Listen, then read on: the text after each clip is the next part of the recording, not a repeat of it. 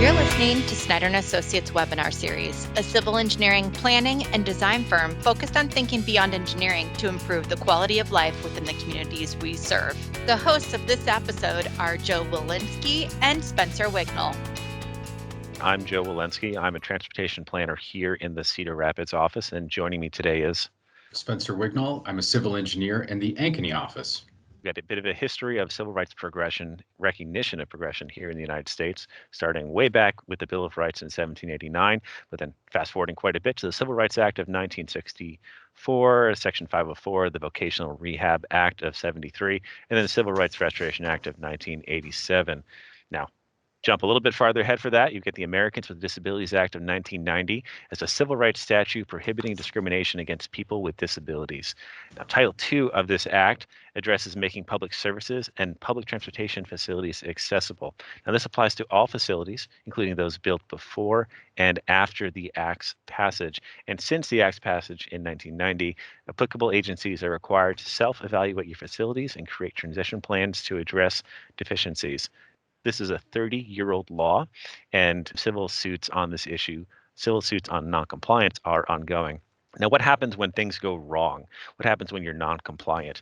Well, you can be sued for non-compliance and required to make your facilities compliant in an aggressive or an accelerated timeline that maybe your community will have a hard time absorbing. But think beyond just your legal requirements and liabilities. Barriers to accessibility in your community are exactly that. They're barriers. Non-compliant facilities will shut off mobility and agency to members of your community. And I'm sure your community wants to be a warm and welcoming one to everyone who resides there. The thing about community equity is that ADA accessibility goes beyond just a stereotypical wheelchair user and could also include otherwise able-bodied residents who can't manage a high curb going to the post office, or someone else who can't manage a steep slope without endangering themselves. And being an ADA compliant community shows a concern for all members of your community and also provides ways that you don't only prioritize your infrastructure around automobile users. So the ADA requirement applies to everyone, regardless of the size of your community, but ADA transition plans themselves are required for public entities with more than 50 employees. Even if you don't have 50 or more employees, you're required to address non-compliant pedestrian access routes within your communities, and having a transition plan to do so is still considered a best practice.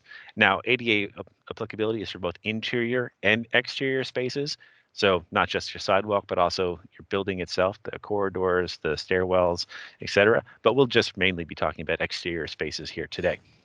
Now, there are a couple steps to ADA compliance. So Title II requirements are providing public notice about ADA rights in your communities, designating an ADA coordinator and a grievance process to accept complaints from your community, creating a transition plan to solicit and obtain community feedback on community priorities and target areas, developing an inventory of existing barriers. This is a self-evaluation of your own facilities, creating and approving, not just creating, a schedule and a budget to tackle these identified barriers, and then monitoring and evaluating your community's ability to achieve this. Talking about the public notice of ADA requirements, you need to provide notice of public rights and your city's responsibilities under the ADA Act. This notice needs to be continual and not just a one-time thing, but the city itself gets to determine the most effective way to provide notice. Thinking of a best practice to do this, we suggest a public-facing web page or a web portal containing all of the ADA transition information for your community. This allows for easy dissemination of necessary information, or easier, I should say, and also collection of public feedback on transition plan elements. You could also host public meetings on ADA transition topics in conjunction with existing meetings relevant to the disabled community or the elderly community, and then engage with advocacy groups within your communities for both of those target areas. These aren't the only ones to consider, but they're target-rich environments. Now, your ADA coordinator. I mentioned that earlier. Public agencies with 50 or more employees must have at least one coordinator to manage compliance. A task force is an acceptable stand-in for having a single coordinator itself. The coordinator or the task force needs to have appropriate authority to convene departments across the community. So we suggest that they be housed somewhere like a city administrator's office or a civil rights office if the community has one, maybe a planning office or a public works office. If you have a legal department, that might be a good place for them as well. But we also suggest that this individual not be an elected official. We suggest that they be a full-time staff member to provide additional continuity of effort across the community as opposed to someone who might just get voted out in the next community election. Establishing a grievance procedure. You need to establish and publish a process to resolve disability discrimination complaints within your community that you've received. And doing so facilitates local resolution of problems and allows for prompt and fair resolution of them. But you should also note, or the community should note, that filing a local complaint is not a requirement before someone brings a complaint to a federal department or to a court. But it does help, and it will stave off some of these complaints going to the federal route. Now, the process itself should be simple to address concerns, but also harvesting those concerns. And you should allow for multiple methods of complaint filing, including online. Remember that ADA portal we talked about earlier, on the phone, in mail, or also in person at a city office. The big chunk here is the transition plan and transition plan elements. So the elements of transition plan themselves are identifying methodology to identify and remove access barriers. So you need to have a standard that you're going to use to judge facilities in your community. You need to evaluate those barriers that are owned by the municipality. They can include curb ramps and sidewalks, the facilities themselves, and then also procedures like where are specific departments located? What buildings are they in? Are they on first floor? Are they on second floor? Things like that. You should have a high priority project inventory that is created after you do the evaluation. You need to name the implementing official, your ADA coordinator or task force, and they need to have a participation opportunity and a record of participation opportunity for members of your community.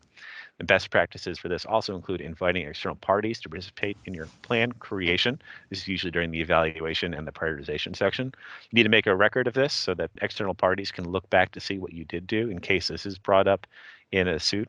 And then you should note that your self-evaluation can be broken into discrete actions and extended over time as identified in your transition plan. So you can focus on specific sections of your community and then focus on another section later. I'm trying to make sure it's more manageable for your community to actually implement these things, but you need to have a process.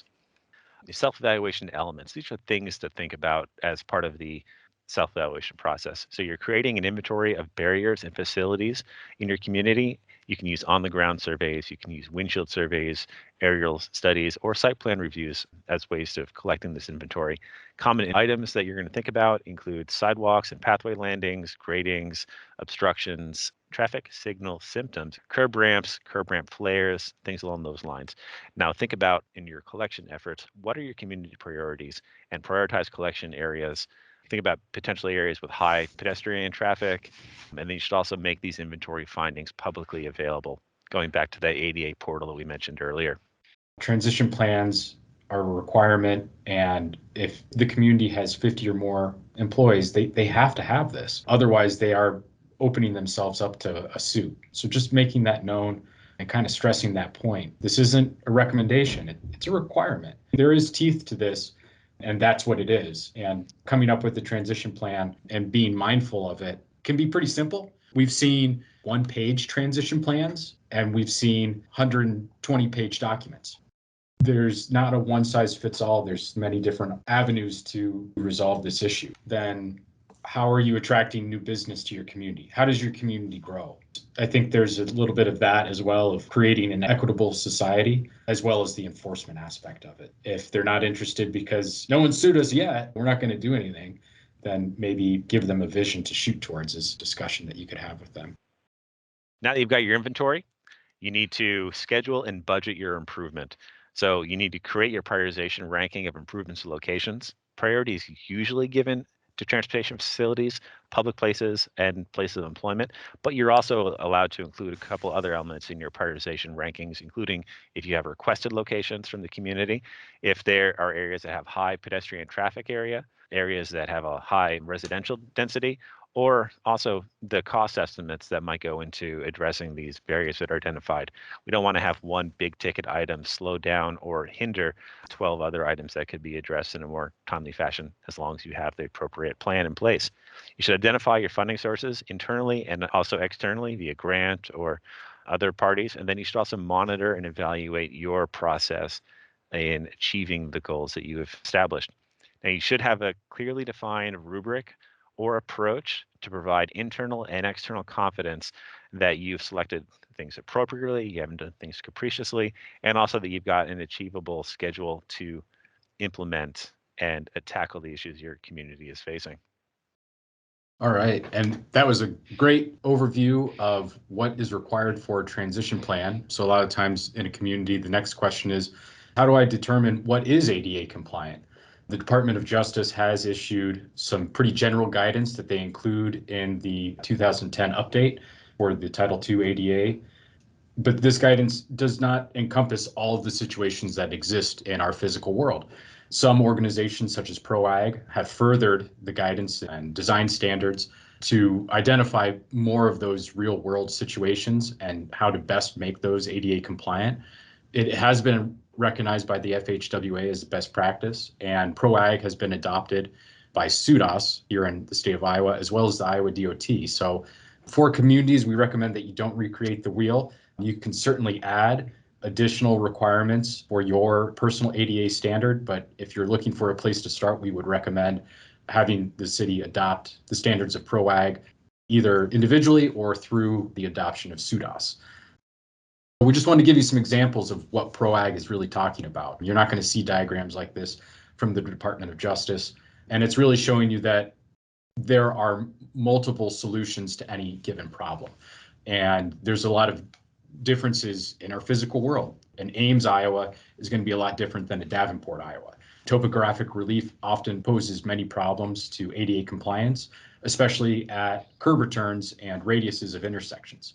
Just showing you some examples that are included in ProAg for some of the guidance that they provide. Again, we did say that the Iowa DOT has adopted ProAg. They have furthered that conversation and given some documents, as you can see here. This is from the Chapter 12A of the Iowa DOT and the SUDAS design manuals. So they speak the same language. So just giving you a look here, there's lots of different situations and lots of different tools in the toolbox, if you will, to make a site ADA compliant, whether it's in a location with limited right-of-way or utilities or existing features. There are a lot of creative design solutions that are available to make your community more accessible.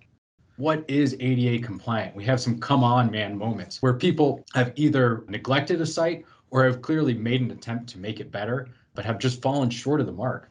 So the first example is when we don't have a detectable warning that spans across the entire entrance of the curb ramp, using steel plates in place of a curb ramp, and then also thinking about our crosswalks and the geometry of existing features. You can see that an improvement was made, but the crosswalk still does not lend itself to the visually impaired. And then also this kind of that sidewalk to nowhere situation that exists in many communities.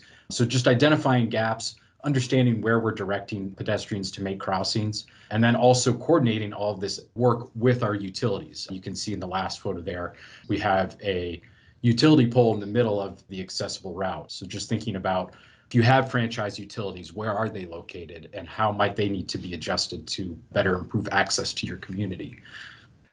So you have your plan, you got your budget set up, and you're ready to tackle things. You should also think about monitoring and evaluating how you're doing, because your transition plan itself is a living document. Your community changes over time, and your ADA transition plan priorities may change as well.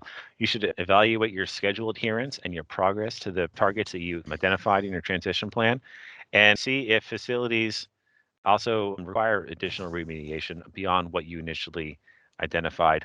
Now, with your monitoring, you can provide periodic updates to your internal and external parties, those interested individuals, to see how well your community is doing in addressing the priorities you've already set up in previous iterations of your transition plan. So publish your schedule and phase adherence.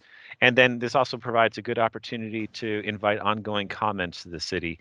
If you're releasing an annual report, well, then that may prompt additional complaints or concerns or comments from your community that can be folded into another iteration of your transition plan. So now you've done it all. You've developed your plan. You've identified items in your community that are non-ADA compliant. You've started to do work and you want to know how to move forward. The best thing to understand is what costs are going to be associated with this work. So as we've been highlighting, a lot of the costs that we've identified so far have been planning type costs, the transition plan itself, making sure that the proposed improvements are in line with other master plans that exist for the city. And then there's also the design and construction costs. So just to keep this in mind, typical design Costs include survey, whether it be topographic or point cloud, which is a 3D scan, the creation of the S-sheets themselves that direct the contractor of how to make that corner or situation ADA compliant. Understanding that this doesn't have to be a standalone sidewalk project, that many times ADA compliance is incorporated into a larger full reconstruction plan set, which can include utility replacements or pavement condition index improvements. So again, with design costs, thinking about the holistic construction documents that need to be delivered. And then in construction, obviously getting the bid out to the contractors and getting contractors to bid on the project. We strongly recommend that you've done all of this work up to this point. You've done the planning, you've done the design, and now you're in construction. Don't stop there. Good construction inspection is important.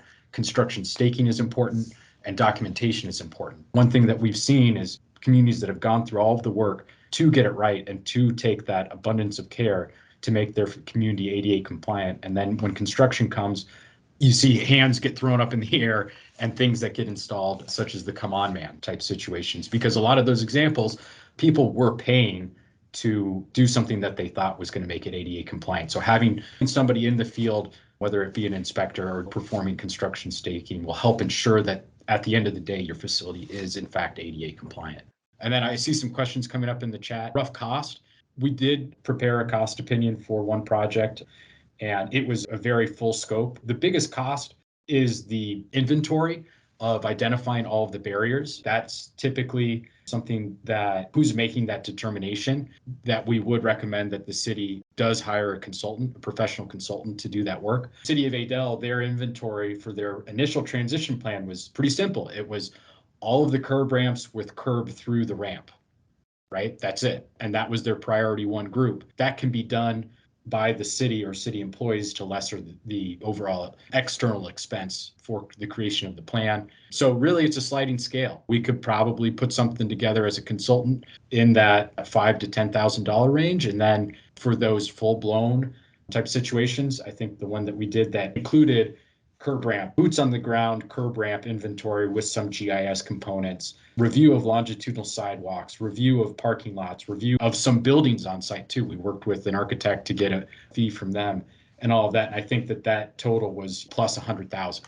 It's a sliding scale. And if it's just something where they want to get started on something, and because they do want a grievance process identified, and they want those curb ramps with curb through the openings, hey, that's a great place to start. And you can probably find a deliverable that fits the fee that they have in mind. So, but as you start adding complexity and detail and specificity and coordination with other master plans and coordination with city codes, and then also packaging it out of how are we actually going to eat this elephant, and here's fiscal year this, fiscal year that, and incorporate it into the CIP, that's when you're looking at that more holistic approach. And if they're having a consultant do that, obviously we bill time, and that takes time. So it also takes money.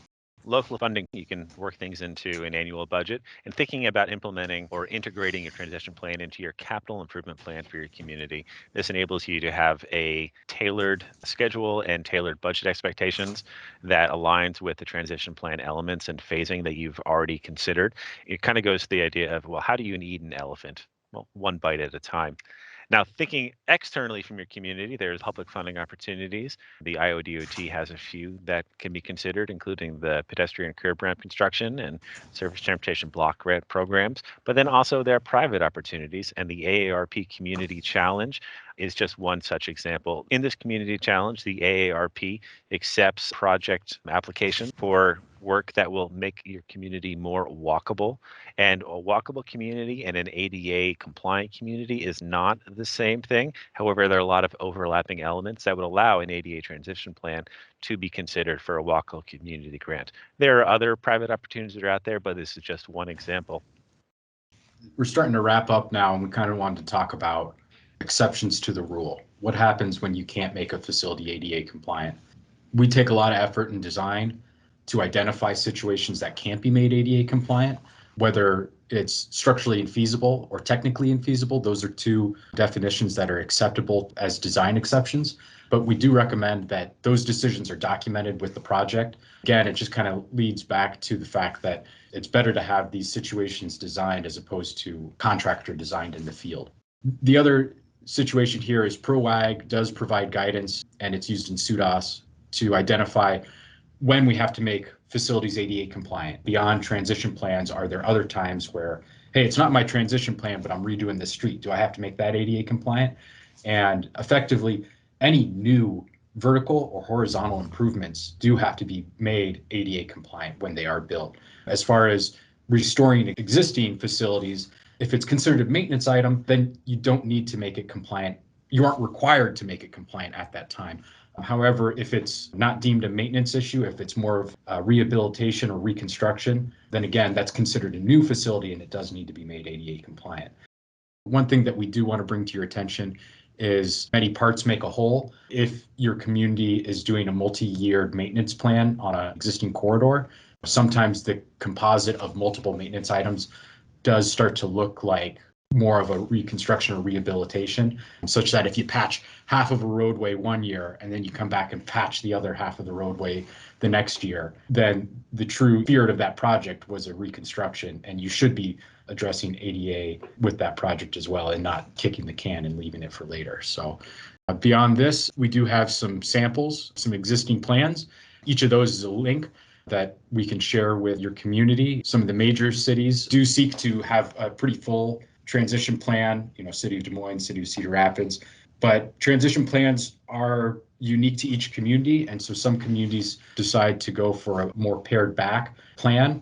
And so we do have some examples of those. So City of Davenport, Council Bluffs, City of Adel. Key for a community on any compliance issue is having a plan. Execution can always be slower process due to funding limitations, but if the plan is in place, it shows a good faith effort by the community. And that's exactly the case. Having the grievance process in place is the first step against litigation. That's kind of the point of the transition plan, is to really help protect our communities from litigation. And that's the biggest takeaway, that in reading through the Title II and reading through the regulations and requirements of all of this, that's one of the biggest takeaways. And then, making the plan, you can split things up. You can split things up multi-year. You can split things up if, hey, we're only going to do external features to start with. And then maybe once we get so far with external features, all right, now we're going to look at the insides of the police stations and the camping shelters and stuff like that. As long as you're intentional about how you're going to proceed, that falls back into the methodology that Joe was talking about previously. And as long as you're pretty clear of, hey, this is our methodology. We're going to start with curb ramps. Then we're going to look at longitudinal sidewalk. Eventually, we're going to get to buildings. Then it's identified. In a sense, the community is better protected because of that.